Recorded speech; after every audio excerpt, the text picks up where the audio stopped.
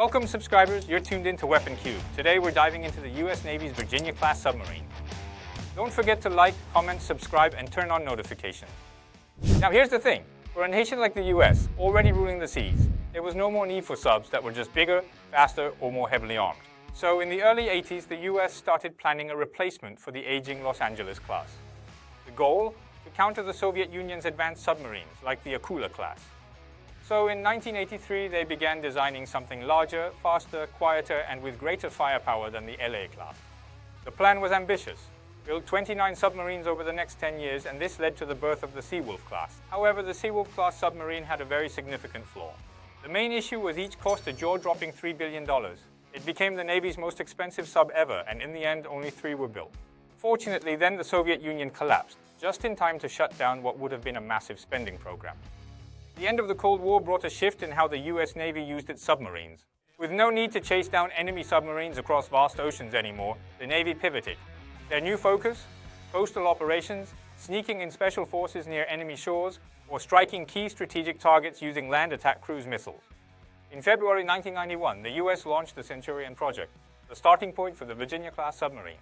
This new class was built for modern warfare. Its primary role was anti-submarine operations in open waters, but it could also gather intelligence, support fleets, and even handle mine warfare.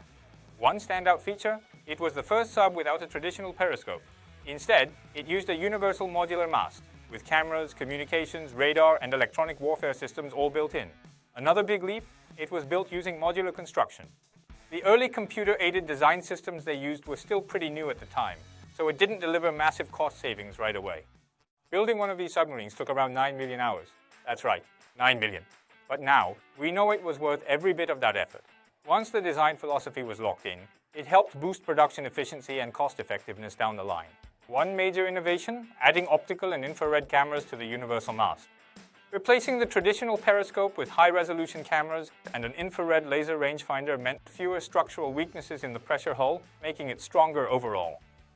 Also, it makes the control room able to be relocated one level lower, giving the crew more space and a more stable command environment during operations.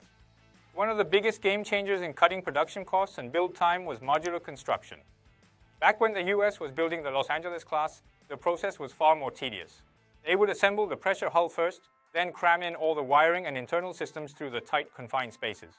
It was time-consuming and the working conditions for shipbuilders brutal. To fix that, the Virginia class was divided into 10 separate modules. Even so, it still took 84 months at first, 7 full years to finish one. But starting with Block 2, they cut it to 4 larger modules. The results were impressive.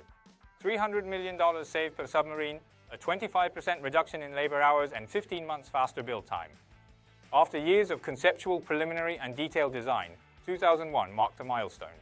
Newport News Shipbuilding and General Dynamics Electric Boat submitted a 1/4 scale model of the Virginia class to the US government. At the time, those two were the only shipbuilders in the US capable of building nuclear-powered submarines.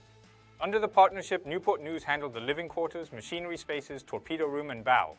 And General Dynamics took on the engine room and the command and control center. They also agreed to alternate final integration tasks, like installing the reactor, assembling the hull, and conducting sea trials on a sub-by-sub basis. This division of labor was possible thanks to modular construction. But more importantly, if one shipyard ever went bankrupt or was attacked, the other could keep building.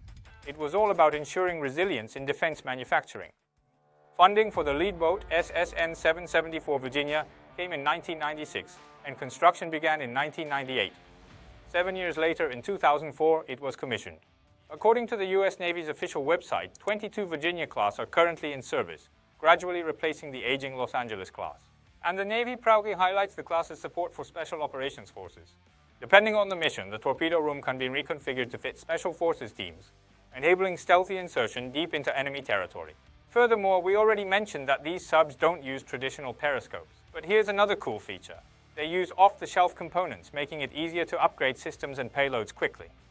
Now let's go over some specs based on the Navy's data. The standard Virginia class is 114.8 meters long. With the payload module, it stretches to 140.5 meters. Displacement is around 7,800 tons, or 10,200 with the VPM. Powered by a single nuclear reactor and a single shaft, it can reach speeds over 46.3 kilometers per hour. It can carry 132 crew, 15 officers, and 117 enlisted. As for weapons, you've got 4 torpedo tubes that can launch UGM-84 Harpoon missiles, and 12 vertical launch tubes that can carry Tomahawk cruise missiles. Starting with Block 3 procured in 2019, each submarine comes equipped with the Virginia payload module. This VPM consists of 4 large-diameter payload tubes, each holding 7 missiles, allowing for a total of 28 additional Tomahawk missiles on top of the original loadout. In March 2023, the US announced it would export 5 Virginia-class submarines to Australia. Of those, Australia plans to take delivery of 3 by the early 2030. After that, the plan is to build a new class of nuclear-powered submarines in Australia, using a British design enhanced with US technology.